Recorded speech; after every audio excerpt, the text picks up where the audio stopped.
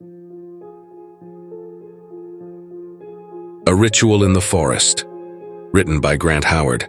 So grab your coffee, sit back, and enjoy the show.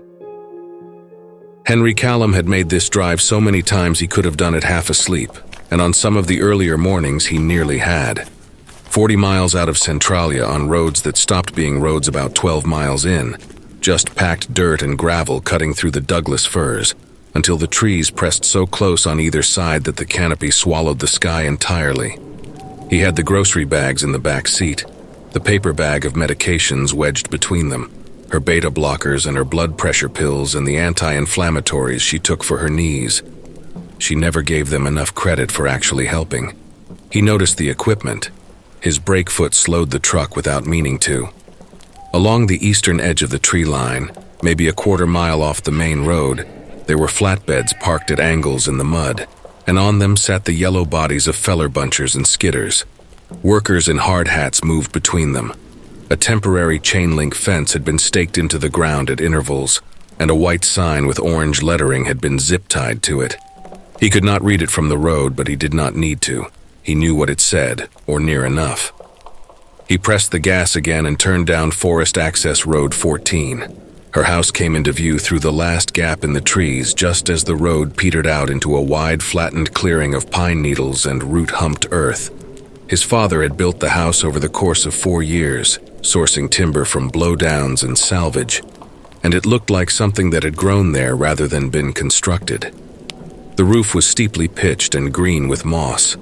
The window frames were hand-carved with knotwork that Henry had watched his father chisel out on long summer evenings.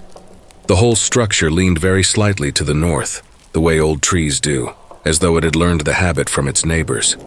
There was a truck parked alongside the house, behind it a silver sedan that was too clean and too new for this road. He grabbed the bags from the back and went inside without knocking. His mother was in her chair by the wood stove, which was where she always was, but she was not relaxed. She sat with her spine straight and her cane gripped in both hands across her lap, holding it the way a person holds something when they are considering using it as a weapon. She was 83 years old. Her hair had gone the color of iron filings, and she wore it braided over one shoulder. 3 men stood in her living room. 2 of them wore canvas work jackets with a company logo on the chest. The third wore a collared shirt and slacks and held a leather portfolio against his side. "Hello, Henry," his mother said without looking away from the men. "Mom," he set the bags down near the door. "What's going on?" The man with the portfolio turned. He had a pleasantly neutral face, the kind cultivated by people who deliver unwelcome news for a living. "Mr. Callum, I'm Victor Reese, representing Harwick Timber. These are 2 of our site managers, Burl Haddon and Pete Okafor." He extended his hand, Henry shaking it out of reflex.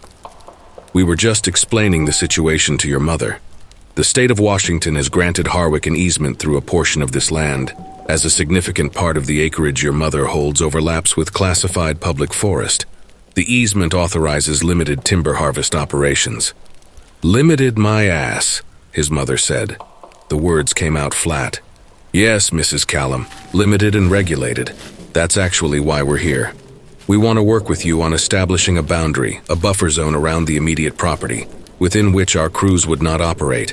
We think that's a reasonable compromise, and we'd like to get her input on where that line should sit." Henry looked at his mother.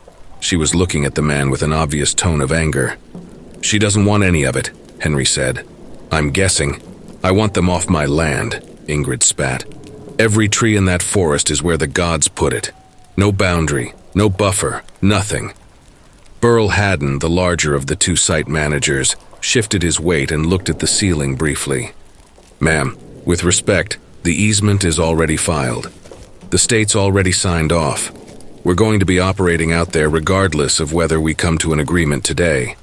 The only thing the agreement changes is how close we get to your house." "Then you'll get as close as you get," she said, "and you will answer for it." Pete Okafor glanced at the lawyer. The lawyer closed his portfolio. "We'll give you a few days to think it over," Mr. Reese said. "We'll be back Thursday to talk further. I hope in the meantime you'll consider that working with us is genuinely in your best interest, Mrs. Callum." He nodded to Henry. "Mr. Callum." They filed out. Henry watched through the window until the sedan and truck left. Then he pulled a chair over and sat across from his mother. "Mom, if they've got the easement filed, there's not a lot of room to fight it. A lawyer might be able to slow them down, but the state's already decided. I am not hiring a lawyer. I'm not saying you have to. I'm saying the law is on their side here and they know it, and they're still trying to negotiate, which means they'd rather not deal with a difficult property owner. That's leverage. You could use it." "I have my own leverage," she said. He studied her face. There was something in it that he recognized from childhood, a particular quality of patience that meant she had already decided on a course of action and was simply waiting to be asked. "What does that mean?" She put both hands on the top of her cane and pushed herself to her feet with the slow, deliberate effort it always cost her now. "Come," she said. "I will show you." He followed her out the back of the house and into the trees. She walked with the cane driving into the needle-covered ground at each step, her pace steady if not fast. Henry walked beside her and said nothing. The forest closed over them immediately, the way it always did, the temperature dropping a few degrees and the sound of everything flattening under the weight of the canopy. They walked for perhaps a quarter of a mile. He was watching the ground to make sure she didn't catch her cane on a root when he noticed the clearing and stopped. It was a rough circle, maybe 30 feet across, where the trees thinned and the undergrowth had been cleared back to bare earth. The clearing was not natural.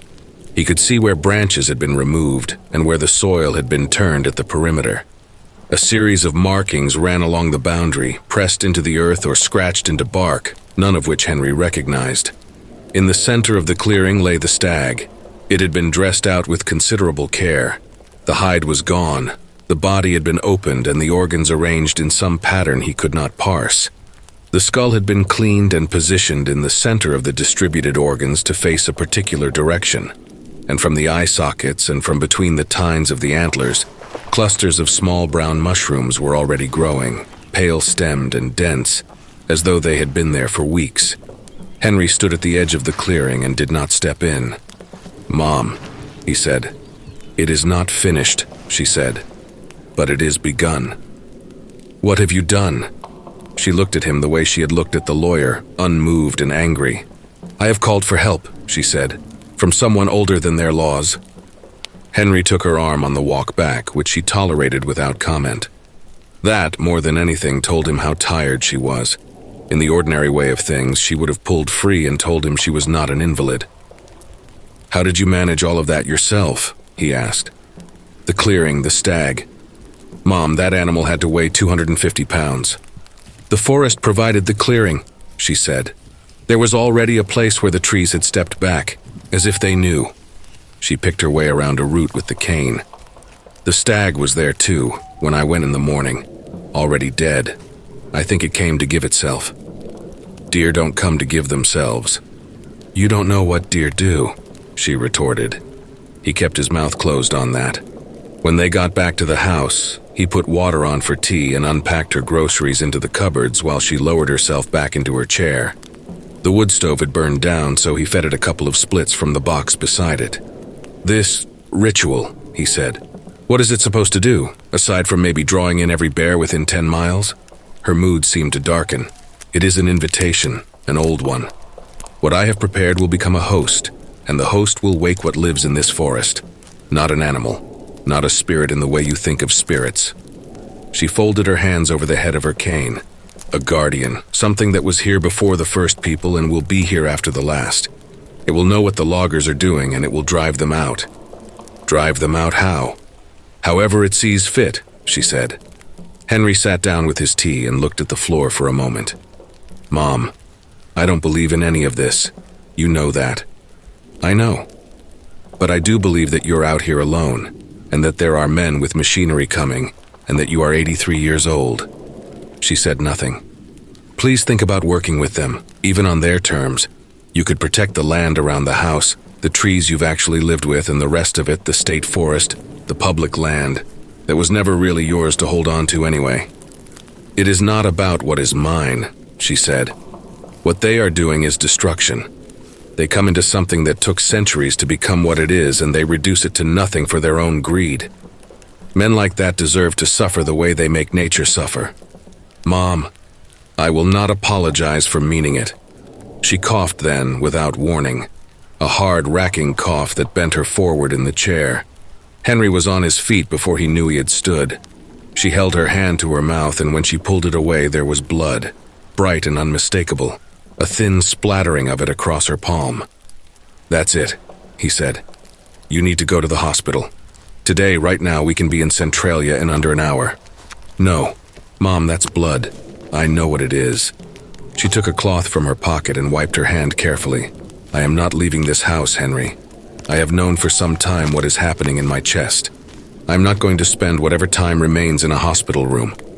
She looked at him steadily. "I will die in this house among these trees. That is not stubbornness. That is the only thing that makes sense to me." He stood there for a moment with nothing useful to say. Then he sat back down. They talked for another hour about smaller things, the way the creek had shifted course slightly after last winter's rains, a pair of owls she had been hearing at dusk.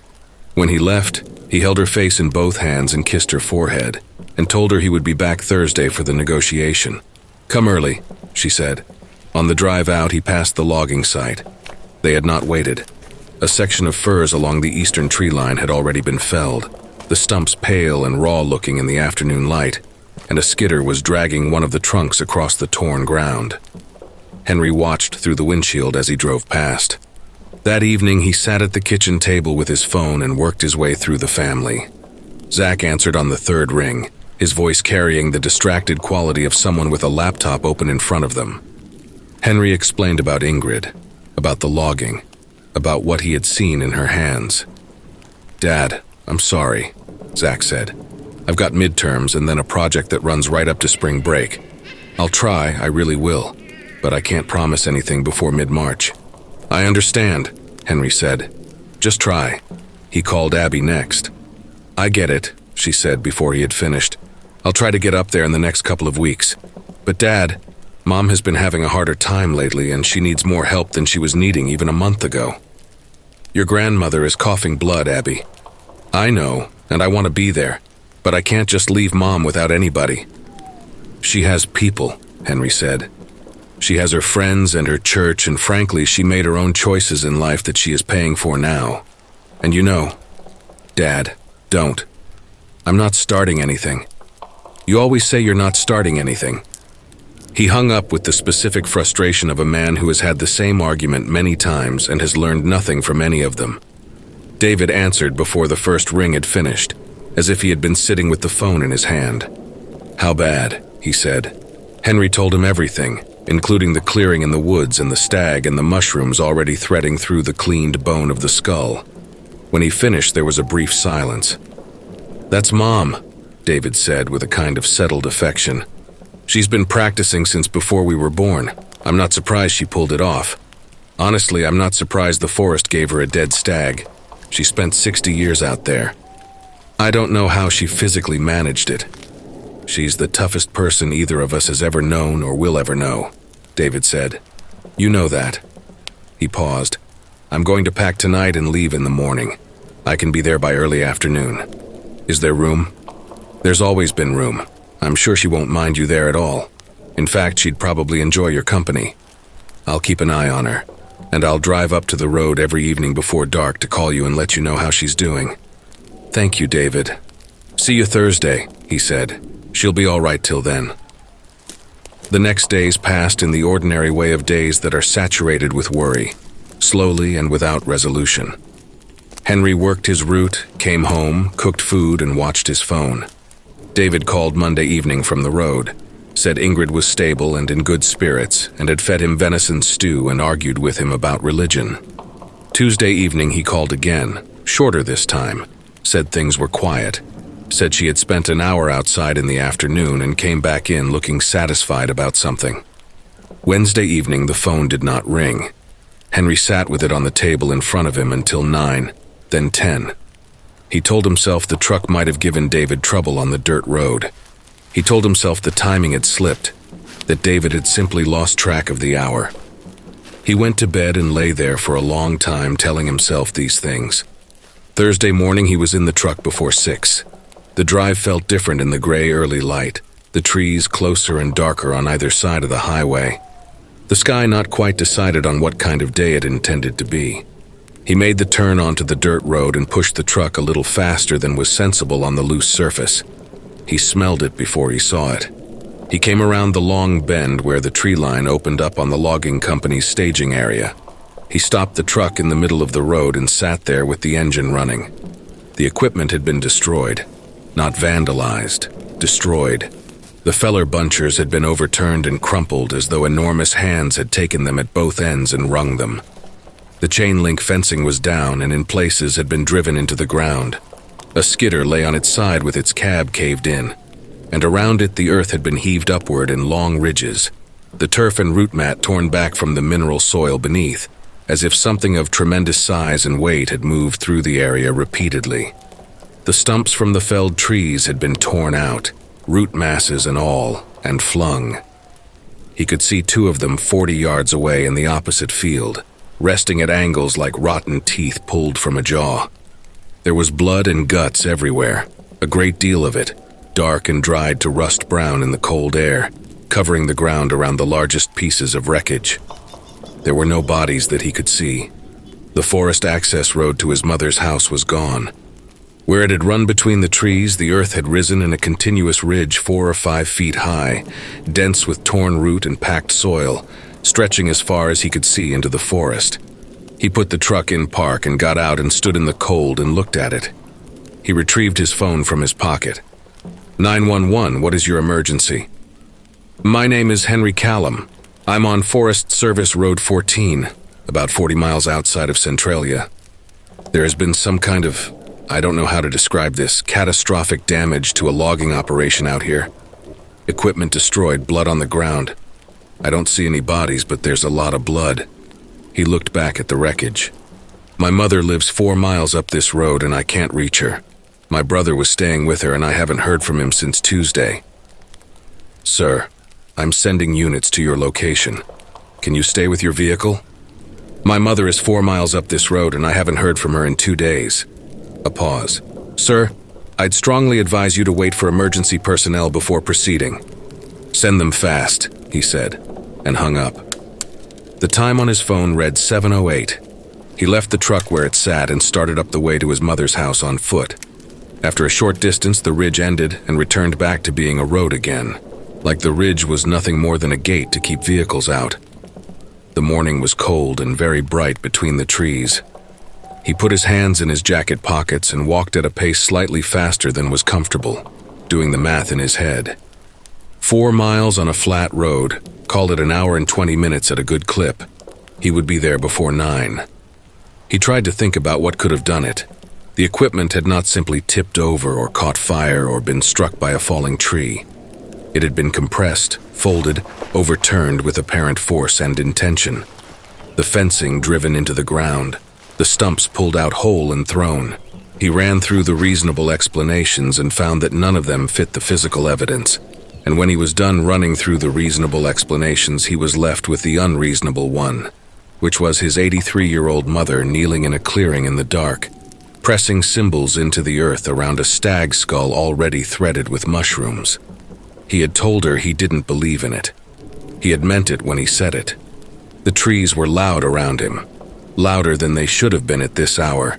A dense, continuous birdsong coming from every level of the canopy, and under it the sound of the wind working through the upper branches in long rolling passes, and under that something else he couldn't name. A low, irregular rustling from the undergrowth on both sides of the road that didn't quite match the rhythm of the wind. He told himself it was squirrels. He was watching the furrows in the road surface when he saw the movement. Something ahead, at the limit of his vision where the road bent slightly left. A shape, upright, moving toward him through the morning shadow under the trees. He stepped off the road without thinking and put his back against the nearest fir, a tree wide enough to cover him completely. And he stood there with his heart knocking in his chest and waited. He heard it before he saw it clearly, barely audible under the ambient noise of the forest, the rapid, irregular rhythm of someone running hard on bad footing, breath coming in sharp pulls. Then the shape resolved around the bend and became a man in a high-visibility safety vest, hard hat gone, running down the center of the road with one hand pressed flat over his mouth. Henry pressed himself against the bark and did not breathe. The man was 10 yards away, then 5. He ran past without turning his head. Henry watched him go and was about to step back onto the road when the root came up. It rose from the road surface the way a hand rises from water, the packed gravel splitting along a seam as a root the diameter of a man's wrist arched up and caught the logger's leading foot cleanly. The man went down hard on his palms and rolled. Before he could get his legs under him, the root had thickened, bent, and 2 more had emerged alongside it, winding around his ankles with a slow, deliberate pressure, braiding together, lashing him to the ground as efficiently as rope. The logger pulled at them with both hands, got his fingers under one and wrenched. It held. He pulled again, got his upper body off the ground, and the roots simply tightened and pulled back. He made no sound for a long moment, just breathed and pulled and breathed, and Henry watched from behind the tree and understood that the man was trying very hard not to make any noise. Then the roots cinched tight enough to make him gasp, and the gasp became a scream, full-throated and uncontrolled, tearing out of him like something physical. The forest went silent the instant the scream left him. Every bird, every rustling thing in the undergrowth, every creak of branch and movement of wind, all of it stopped simultaneously, as if a switch had been thrown. The silence lasted perhaps 2 seconds. Then the sound came from deeper in the trees. It was not a roar. It was not a call. It bore no resemblance to anything Henry had a word for. It was shrill. It was vast. And it had a quality of resonance that seemed to operate beyond normal sound, passing through his skull into his back teeth and down the column of his spine. He felt it in his eyeballs. He felt it in the bones of his hands. His legs folded without consulting him, and he went down onto the road with both palms pressed to his ears. Even with his ears covered, it went on and through him, filling up every available space inside him the way water fills a vessel. He looked up through the pain of it, eyes streaming. It was on the road ahead of him, 12 feet tall, perhaps more, filling the space between the tree lines with a bulk that seemed impossible for its shape. 4 arms hung from the enormous shoulders. The upper pair were proportioned like a man's, if a man's arms were each as thick as Henry's torso. They ended in hands recognizable with fingers and a thumb. The lower pair of arms angled outward from a second set of shoulder joints set lower on the rib cage, and these did not end in hands. The claws began at the wrist and extended 8 or 10 inches beyond, black and slightly curved. The same black substance that coated their tips hung in slow threads from the points and dripped into the road. There was no neck. The skull of the stag sat directly on the shoulders, tines extending upward 4 feet above the crown, and the bone was no longer white or even gray. It was almost entirely covered in a dense layering of moss and mushrooms, the same small brown-stemmed variety he had seen in the clearing, growing thickly from the eye sockets along the jaw and in the seams between the tines. The black substance oozed from both orbital cavities in thin, continuous rivulets. The same moss and mushrooms covered the body, growing in dense mats across the chest and down the arms, through which patches of dark brown hair pushed in tufts. The legs bent backward at the knee in the manner of a deer's hind legs and ended in cloven hooves that cracked the road surface under the weight of it. It crossed the distance to the logger in 4 strides. The lower claws came up in a lateral sweep that opened the man from hip to shoulder with a sound Henry would spend a long time trying to stop hearing. The upper hands held him while this happened, then shifted their grip, one hand closing around the man's head and the other around his midsection. It pulled in opposite directions with a slow, deliberate force that tore the man in half with a sickening squelch. Henry was already moving. He had no memory of deciding to move. He was simply backing away up the road, 1 foot behind the other, watching the guardian with each step. It did not look at him. It simply pounded the remains of its kill into a pulpy smear on the road. He backed away until the bend in the road took the guardian out of sight. Then he ran. He ran without thinking about pacing or footing, ran with his arms pumping, his breath ragged, and the image in his mind of what he just witnessed. He ran until his lungs felt like wet paper. His legs had gone from burning to something past burning into a hollow, shaking uselessness. He went down on both knees in exhaustion and stayed there with his hands on his thighs and his head hanging. The sound of the forest had come back. That was almost worse. The bird song, the wind, the low rustling from the undergrowth, all of it resumed as if nothing had interrupted it, loud and layered and continuous, pressing in from every direction. He knelt in the middle of it and tried to get his breathing under control and looked at his phone. No signal. His hands were shaking. He sat back on his heels, looked up at the canopy, and tried to think clearly. The logger had been running away, which meant there might be others doing the same, which meant the Guardian was still active and moving through the area. His mother's house was perhaps a mile further up the road. His mother had summoned the thing. If anyone knew how to be safe near it, how to communicate with it or redirect it, or at minimum how to stand in its vicinity without being disassembled, it was her. He pushed himself to his feet. His legs held barely. The forest sounds rose and fell around him, dense, layered, and too loud, the way crowds are loud in enclosed spaces. He started walking, quietly, one foot in front of the other, breathing through his nose, staying near the tree line in case he needed to step off the road quickly. The road curved north ahead of him. He followed it and did not look back. The forest sang around him in its unnatural abundance, and somewhere behind him in the direction he had come from, something very large moved through the trees. The house was wrong before he was close enough to see the details of it. He knew this stretch of the approach by memory. The way the tree line thinned on the left and the roof line appeared first through the gap in the canopy, the steep pitch of it, the moss. But the moss was different now. It had thickened to a mat several inches deep across the entire roof, and from it grew things that had no business being there in this quantity. Ferns and small shrubs and the same brown-stemmed mushrooms in dense colonies along the ridge beam. The walls had been reclaimed in the same manner, the hand-fitted timber barely visible beneath the growth that had spread across every surface. Vines had gone up over the window frames and across the glass.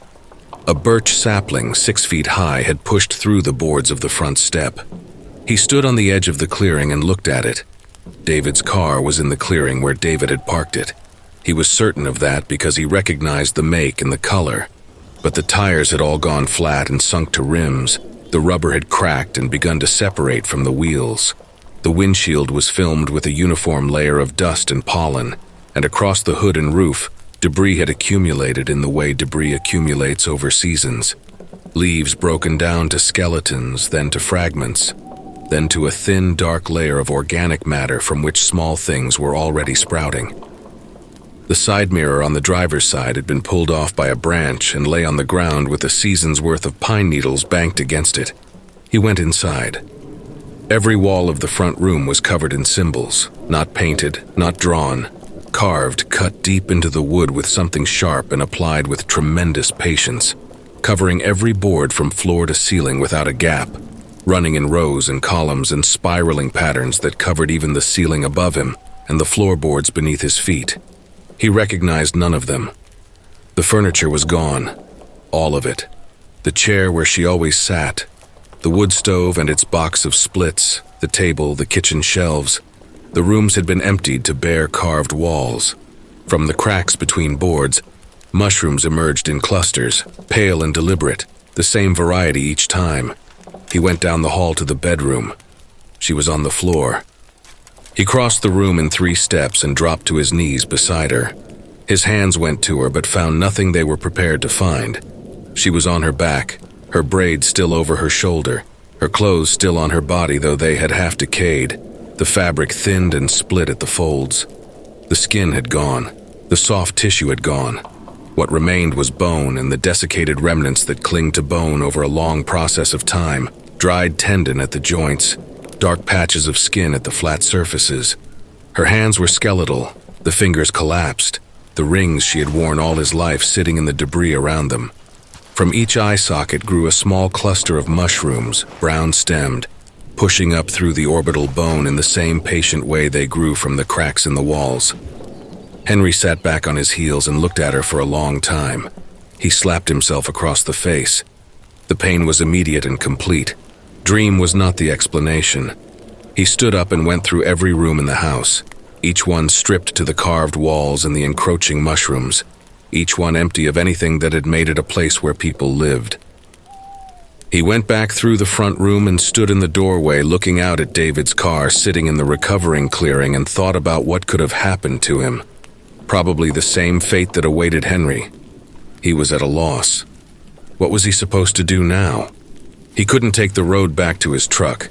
The Guardian would definitely find him. There was the ritual site. He did not believe there was anything there that would help him. The ritual had already accomplished what it was built to accomplish. The skull and the sacrifice had already given up whatever they contained. But it was the only thing he could think of that was a specific destination, rather than simply moving through the forest trying not to be heard. And he needed a destination to keep himself functional. He stepped off the porch and into the trees. His mother had led him here in the late afternoon 3 days ago, or 3 years ago, or whatever the interval was in real time. The memory was clear in the strange way that memories become clear when the context around them sharpens. Left past the cedar with the split trunk, down the slope to the dry creek bed, then along it for 100 yards, up the other side where the ground cover thinned. He moved through these intervals with the forest loud around him, that dense layered bird song and wind rush that pressed in from all directions, too abundant, too continuous. He smelled the clearing before he saw it, a dense earth and fungus smell that was separate from the normal forest floor. He slowed, moved from tree to tree, and when he was close enough to see the light of the open space through the trunks, he stopped. There was a figure at the edge of the clearing. It was standing at the perimeter, at the line where the trees ended and the bare earth began, its back to him. The figure's proportions were right, 2 arms, 2 legs, human height. Henry let out a slow breath. He looked at the figure's shoulders, trying to read them, trying to determine if it was David, if it was anyone from the logging crew who had gotten this far and found the clearing. He moved closer, from trunk to trunk, and when he was close enough to make out the clothing, something in his chest went tight and strange. The jacket was his, not like his. The particular faded green of it, the wear on the left shoulder seam, the tear on the right pocket he had been meaning to sew for 2 years. He was wearing his jacket right now. He could feel the collar of it against his neck. The figure at the edge of the clearing was wearing the same jacket, from the back in every detail. "David," he said quietly. The figure did not move. He approached it. He was not sure why he kept moving forward. Some combination of exhaustion, necessity, and the specific pull of something he could not explain and did not have a category for. At 10 feet, the figure was still motionless. At 5 feet, he felt something he had no word for, a recognition that went below memory, as though he were approaching something that was deeply and specifically known to him from a context that had nothing to do with his waking life. He stood up straight and walked forward. When he reached the figure, he stepped into it and it was gone. Not gone quickly, gone immediately, between one step and the next, as though it had never had any physical reality to violate. He was standing in the spot where it had stood at the edge of the clearing, looking out at the bare earth, the perimeter symbols, and the center where the stag skull and the arranged organs had been. The center was empty. The skull was gone. The organs were gone. The symbols at the perimeter remained, the arrangements his mother's hands had made in the dark, but the sacrifice itself had been fully consumed. There was nothing left of it but a dark stain in the earth. The forest went silent. He stood very still.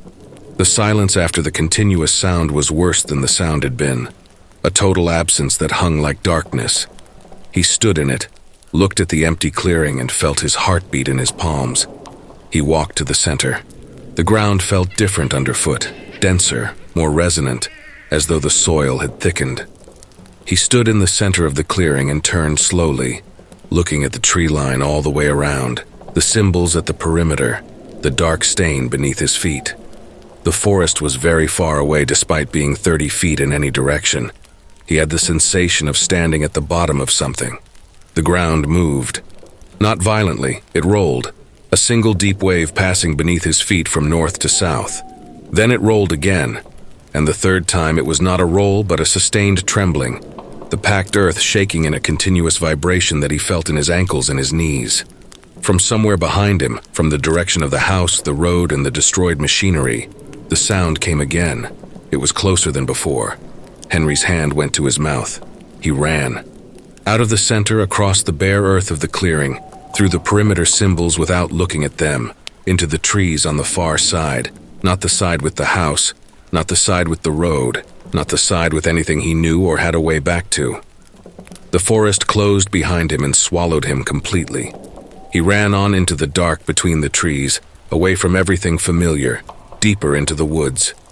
He ran maybe a few hundred yards or maybe even a few thousand yards before the sound came back. It returned the same way it always did, the bird song first, then the wind in the canopy, then the lower rustling from the undergrowth, filling in the space with ambient noise. He stopped running, stood with his hands on his knees and listened to it come back around him. The instinct that had been driving his legs slowly subsided. He stood up straight and made himself think. David was almost certainly dead.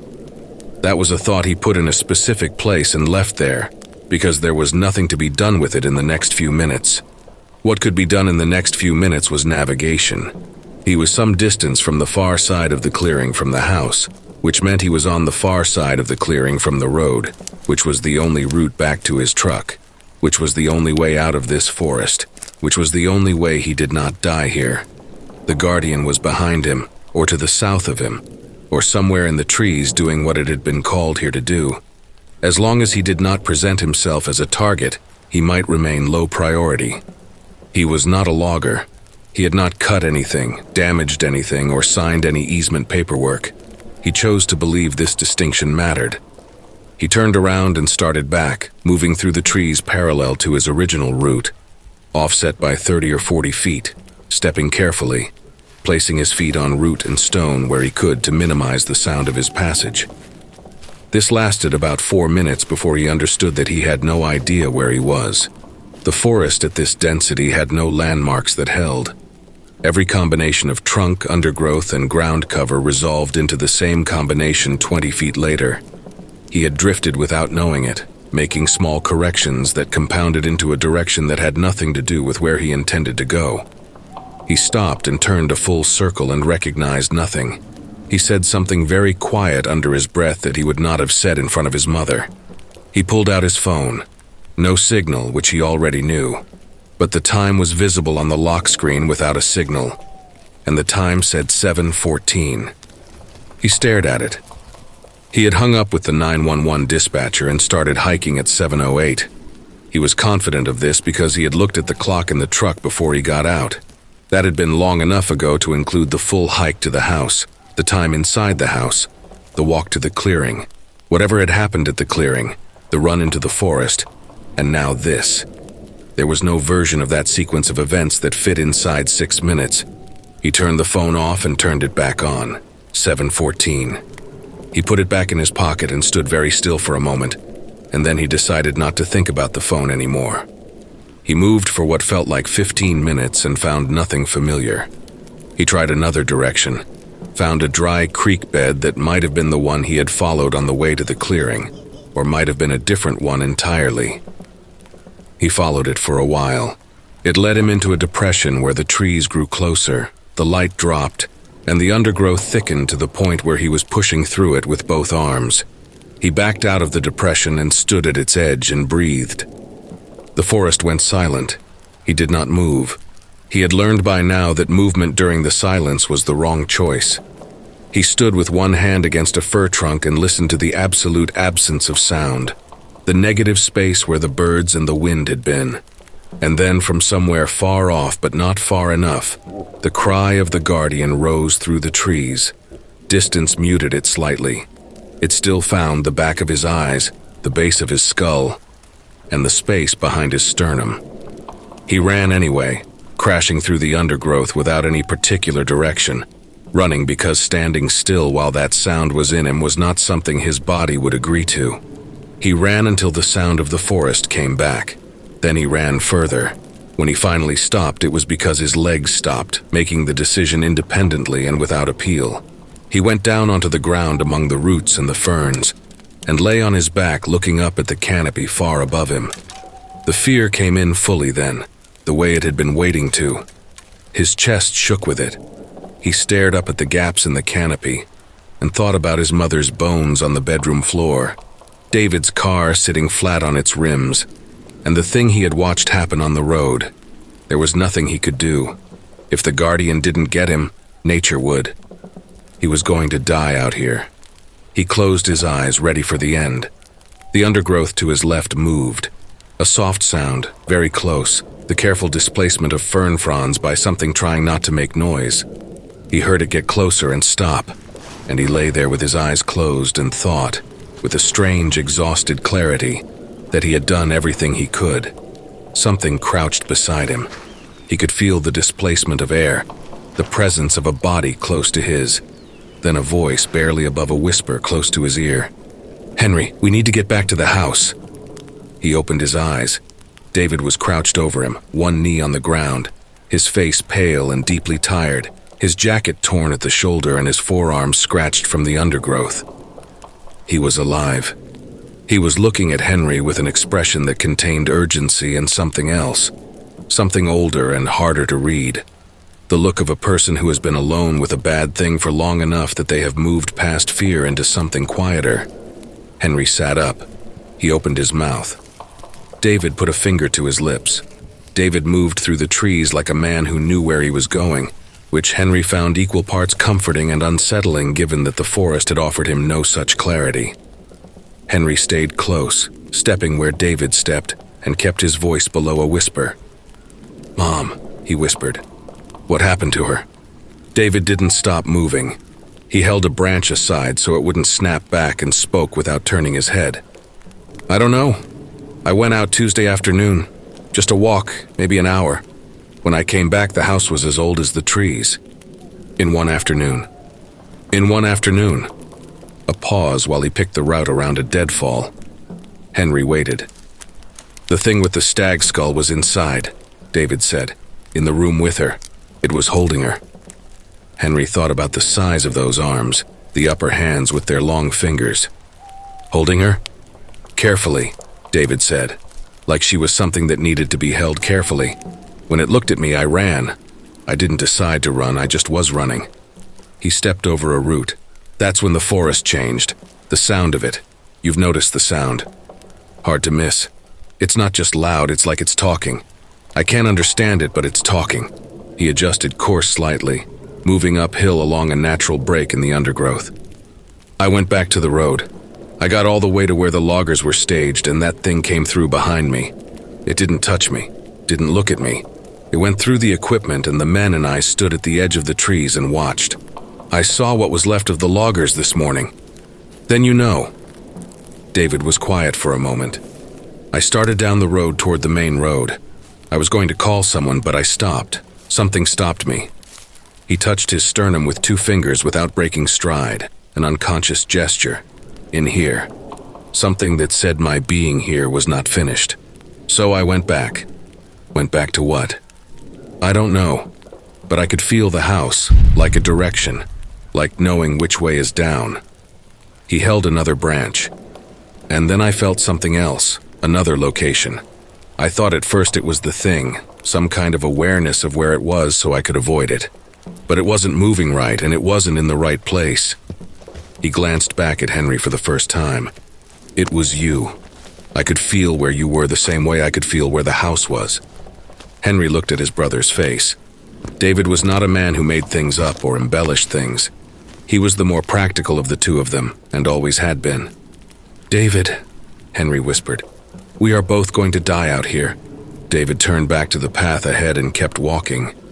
They hiked without speaking for a long while, David navigating with the quiet confidence of whatever internal compass had taken up residence in him, Henry following, watching the trees, and trying not to hear things in the continuous layered sound of the forest that were not there. The light through the canopy had changed, warmer and more angled, and when they finally came out of the trees into the clearing in front of the house, Henry stopped and looked at it. It looked the same as when he had left it. The moss on the roof, the vines over the windows, the birch sapling through the front step, the deep silence of a structure that had been overtaken by slow time, David's car on its flat rims. He took his phone out. 9:22. He put it back. They went to the door. David opened it, and they stepped inside. David pulled the door shut behind them. The carved symbols covered every surface in the dimness, wall to wall, floor to ceiling, and the mushrooms pushed through the cracks between boards in their patient clusters. The house smelled of soil and of something older than soil. The forest went silent. Henry felt it the same moment he heard it, the sudden absolute withdrawal of all sound from outside, as though the world past the walls had ceased to operate. He and David stood in the front room and did not move. David turned toward the hallway, then walked down the hall to the bedroom doorway and stopped. Henry watched his brother's back. He saw the stillness come into it. David stood in the doorway, did not speak, and did not move. Then the cry came. It came from inside the house, inside the bedroom, 12 feet away, and it was everything it had been on the road amplified by walls and ceiling into something immense. Henry's legs went out from under him and he hit the floor of the hallway. His hands went to his ears, but it made no difference. He pressed his forehead to the carved floorboards and looked on in horror as David was yanked into the room beyond Henry's sight. He did not look. He kept his eyes on the floor, his hands over his ears, and he listened to what was happening in the bedroom with a terrible, comprehensive clarity.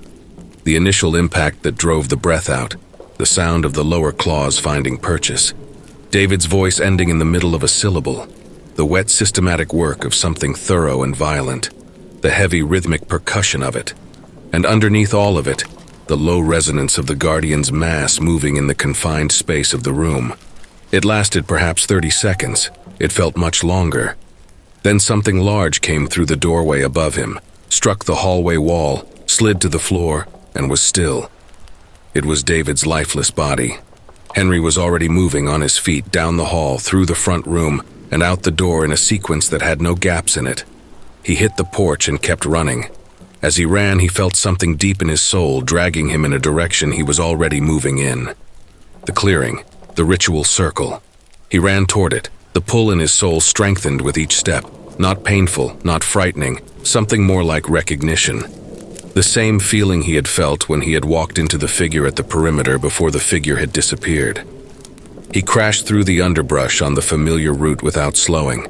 The slope, the dry creek bed, the thinning ground cover, the smell of earth and fungus reaching him before he could see the light.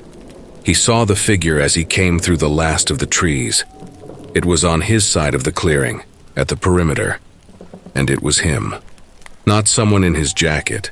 Him, his exact dimensions, his posture, the way he carried his weight slightly forward when he was frightened. It was facing away from him, but it was moving, or almost moving, a slow backward drift in his direction, like a recording played in reverse at a fraction of the original speed, like something being drawn back toward a point of origin. He did not stop. He ran toward it, and the pull in his chest reached a pitch that was almost unbearable. The instant his feet crossed the boundary, the figure disappeared exactly like before. He kept running. Through the center of the clearing, across the dark stain in the earth, the ground shaking beneath his feet in the same deep, sustained roll as before. He ran across the bare circle, hit the perimeter on the far side, passed through the symbols and into the trees beyond, running hard, branches at his arms and face. Behind him the clearing rumbled. The forest sound came back in full, all of it, every bird, the wind, the rustling, loud and layered and relentless, pressing in around him as he ran. He ran on into it and did not look back. The forest received him differently on this side of the clearing. That was the only way he could frame it. The trees were the same trees, Douglas fir and western red cedar and the occasional big leaf maple. The ground covered the same sword ferns and oxalis, but the quality of the air between them had changed, or his relationship to it had changed. He ran, and the branches did not catch him the way they had before. The ground rose to meet his feet at the right moment. His lungs, which should have been finished an hour ago, pulled air in deep and even, and returned it without complaint. He was not getting tired. He was gaining stamina. Something in him directed the running, not the pull toward the clearing that had guided him before, but something more distributed, less like a rope and more like a current, a general orientation that steered him left around a deadfall or right along a natural break in the undergrowth without requiring a decision. He followed it without questioning it. Questioning things had not served him especially well this morning. He ran past a stand of cedars so old their bases had become architectural, buttressed and massive, their bark the deep orange red of old brick. He ran along the edge of a ridge where the ground dropped away to his left into a valley still holding the morning fog. He ran through a section of forest that had burned sometime in the last decade and was coming back in dense young growth, the new trees crowding each other for the light, and he pushed through them and came out the other side and kept running. The forest went silent. He stopped. It was different this time, the silence. Previous silences had arrived with an urgency, a pressure drop that meant the guardian was near, and his body needed to make immediate decisions. This silence was stiller. It had a quality of attention that was deliberate rather than predatory, the silence of something watching rather than something approaching. He stood, looked at the trees around him, slowed his breathing and looked at his phone. 9:23. The presence was directional. He could feel which side it was coming from the way you can feel a window in a dark room. A subtle difference in the quality of the air, a specificity of attention. He turned toward it slowly. 100 yards out, standing between two firs in a gap just wide enough to frame a human shape, was himself. Same jacket, same boots, same way of standing with the weight slightly forward. The face was his face, registering an expression he could not name at this distance, but which he felt on his own face in response, something between recognition and revulsion. It stood and looked at him, and he stood and looked at it. The silent forest held them both. He ran toward it. The figure turned and ran. He chased it through the trees, feeling the rejuvenation move through him like a second bloodstream. His legs driving hard, his vision sharp. The tiredness of the morning burned off entirely by whatever was running him now. He felt strong in a way he had not felt in years. Strong in a way that seemed to come from somewhere outside the normal reserves of a 57-year-old man who had been hiking through traumatic circumstances since shortly after sunrise. The figure ahead of him ran well.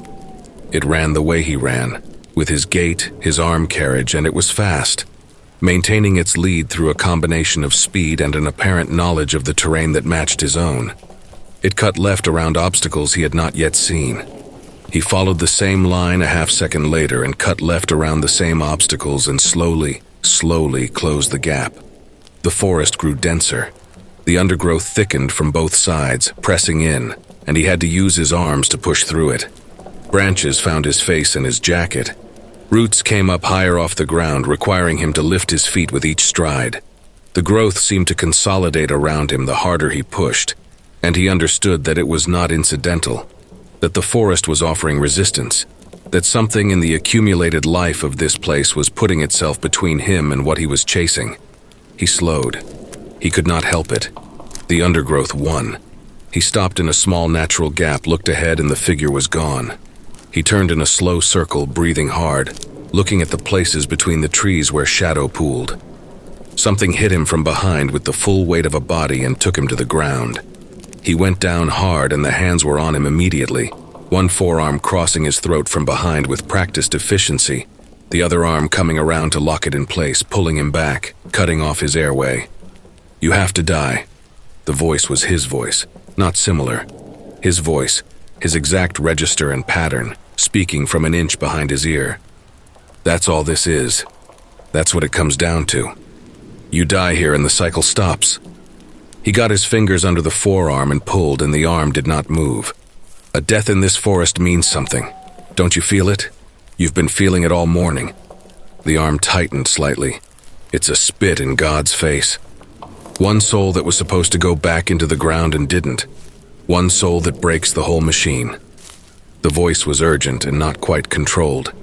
"It's not a punishment. It's the most important thing you'll ever do."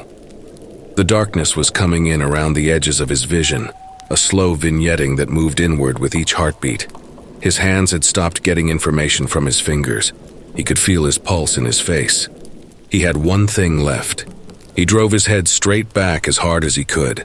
The impact was substantial and mutual. Pain cracked through the back of his skull, but the arm released in the same instant, not gradually but all at once. The mechanical precision of the lock disrupted by the shock of a broken nose. He rolled forward, got his hands under him, pushed up, and staggered 2 steps before he was fully upright and making his escape. "No!" His own voice behind him, raw with grief. "Henry, you have to come back. This is the only way to stop it. He ran until he was sure that the thing with his shape was no longer following him. Something in his stomach told him to stop, so he stopped. The forest went silent around him like it had many times before at this point. A new quality of silence that contained neither the guardian's presence nor the watching stillness of before, but something else entirely. Something that felt like an arrival. He suddenly understood. The clearing, the figure at the edge back-turned, the way it had disappeared when he stepped into it, both times. The same mechanics, the same immediate erasure. The phone reading 7:14 when it should have read something closer to 9. The ritual site reversed the flow of time. He understood what the clone with his arm around his throat was, why it was telling him he needed to die, the urgency in his own voice, the grief in it. Not a threat, a plea.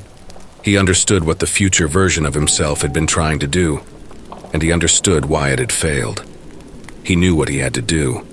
He knew it the way he had known which way to run, the way David had known where to find him in the forest. It was not a thought, but a condition, something instinctual rather than reasoned toward.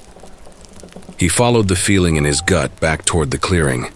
The perimeter symbols intact in the bare earth met him there, the dark stain at the center, and at the edge a figure with its back to him, his jacket, his posture, his exact way of standing. He walked into the ritual site and took its place. He took out his phone. The minutes on his screen were counting down. He looked out across the clearing. A figure burst from the trees on the right side of the clearing and ran towards the center, running hard, running scared. Henry watched his past self run through the ritual site exactly like he had done not that long ago. The ground tremored beneath his feet, a deep, sustained shaking that sent small cascades of loose soil down the faces of the upturned earth at the perimeter. The center of the clearing pulsed with it, the dark stain widening and contracting slightly with each roll, as though something underneath was breathing. He went into the trees after himself. He ran while the current carried him, the same rejuvenation, the same borrowed strength. He followed the sounds of his past self moving through the forest ahead of him. He waited in the same spot for his past self to notice him. Then he ran away. He knew the route. He had run it before. He knew where the dense undergrowth would slow the pursuit, and he knew the small gap where his past self would stop. He came around from the side, hit him from behind, took him down, locked his arm across the throat from behind, the full weight of him applied with mechanical efficiency, and he leaned down close to say what he had been told. "You have to die. That's all this is." He felt the hands come up to find his forearm and pull, yet find no purchase. A death in this forest means something, don't you feel it? You've been feeling it all morning. Henry was talking more to himself than his past self. It's a spit in God's face, one soul that was supposed to go back into the ground and didn't. He felt the gathering of intention in the body beneath him a half second before it happened. The head came back hard and connected with his nose. The white flash of pain broke the lock. His past self rolled free and was running before Henry had fully processed what had happened. He sat on the forest floor with blood on his lip and watched himself disappear between the trees. "No!" The word came out in his own voice, raw and unsteady. He pushed himself to his feet. "Henry! You have to come back! This is the only way to stop it!" He ran after himself for a short distance and then stopped, because he knew how this ended. He had lived how this ended, and running further was not going to change what had already been set in stone. He turned around. The guardian was behind him. It stood in the forest with its four arms hanging at its sides, the stag skull regarding him from the shoulders, the mushrooms dense across the eye sockets and jaw, the black substance threading down from the orbital cavities in thin, slow rivulets. It was close enough that he could see the individual stems of the fungi growing from the moss across its chest, the patches of dark hair pushing through in tufts. The cloven hoofs sunk slightly into the soft forest floor under the weight of it. It raised one of the upper hands, the human hand with its long fingers, and beckoned. It turned and moved into the trees, and Henry followed. It led him through the forest at a pace he could match and did not look back to check whether he was following. It knew he was following. Henry understood that it had always known where he was, the same way David had known where he was, the same way Henry himself had felt the pull of the clearing from across any distance. The forest had been tracking him since he crossed the first ridge of upturned earth this morning. The clearing appeared through the trees ahead of them. The guardian walked to the center and stopped. It raised one hand, the fingers extended, and snapped them once. The clearing changed. The perimeter symbols smoothed into the earth as though they had never been pressed there. The bare-packed ground loosened and broke up.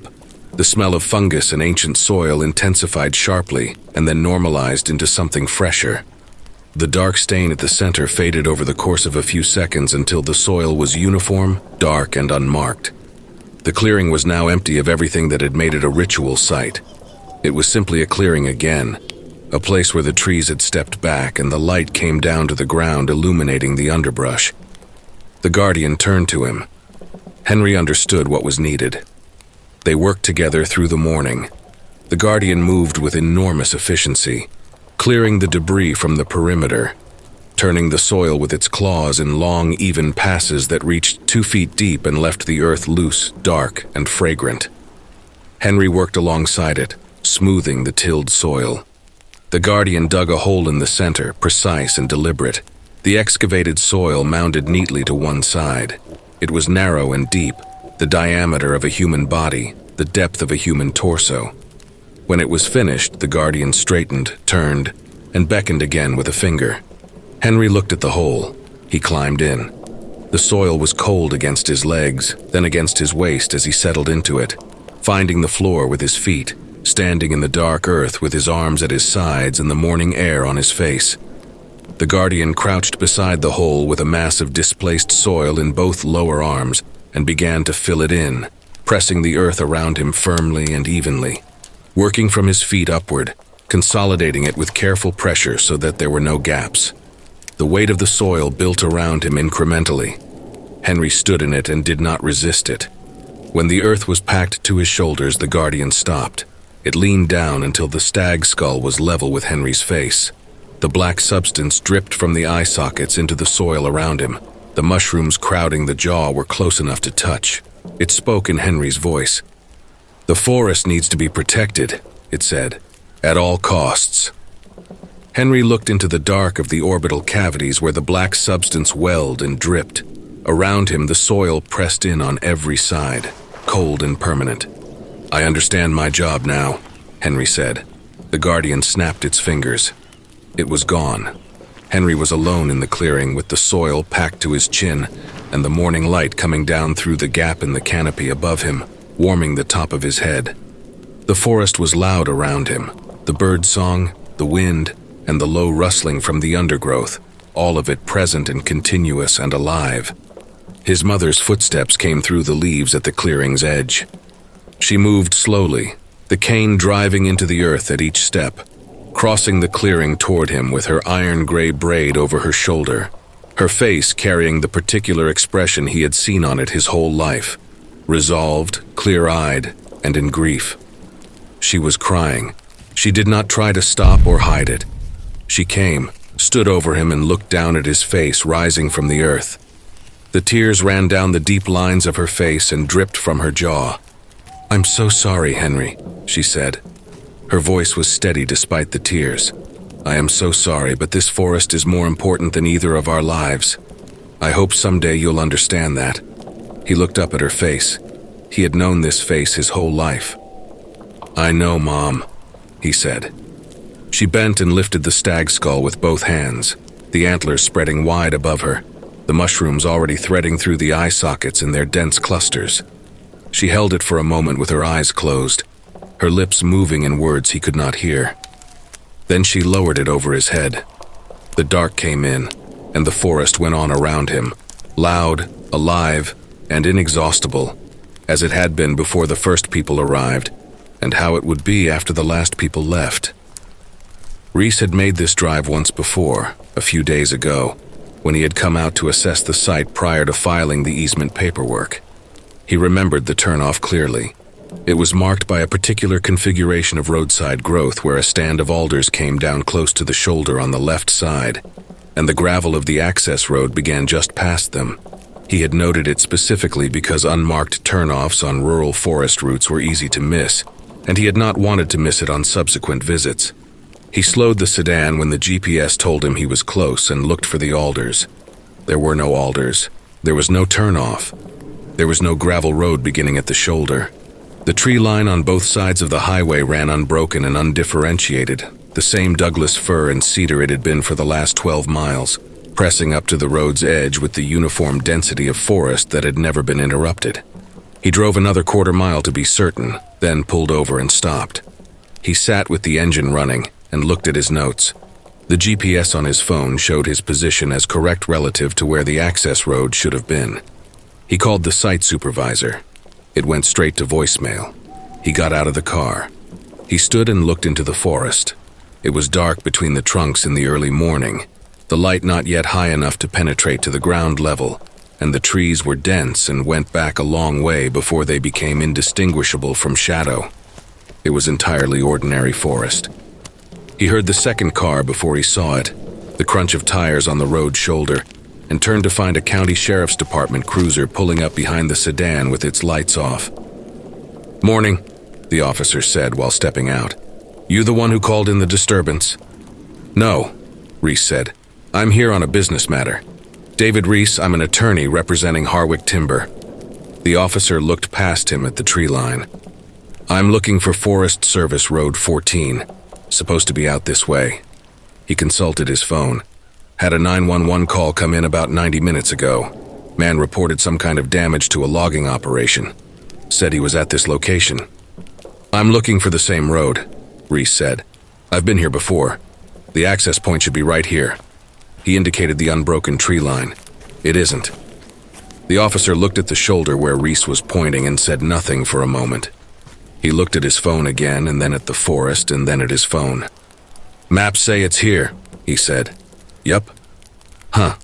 The officer put his phone away and looked at the tree line with the expression of a man updating his expectations for the morning. "Something feels off about this whole situation." Reese looked at the forest. "Yep," he said again. "I'm going to drive up the road a ways, see if maybe the coordinates are slightly out. Maybe the turnoff is further along than the maps indicate."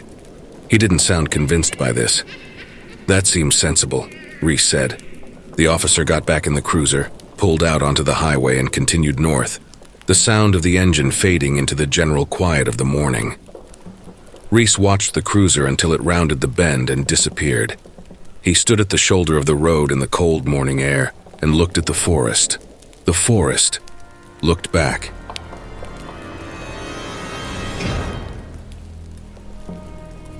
Hey family, a very big thank you to Grant Howard for allowing me to narrate such an awesome tale. Be sure to check out their creepypasta.com profile for more of their awesome works. If you would like to support us and make a donation, I'd be very much appreciative. I do have PayPal and a Buy Me a Coffee account. Be sure to also check out our merch store. There are plenty of items and designs to choose from. If you enjoyed this video, then why not check out the next one? Here, on the right-hand side. You can also follow us. All my socials and all my other links are contained within the Linktree link below. Take care, everyone, and I hope you all have a wonderful and peaceful night.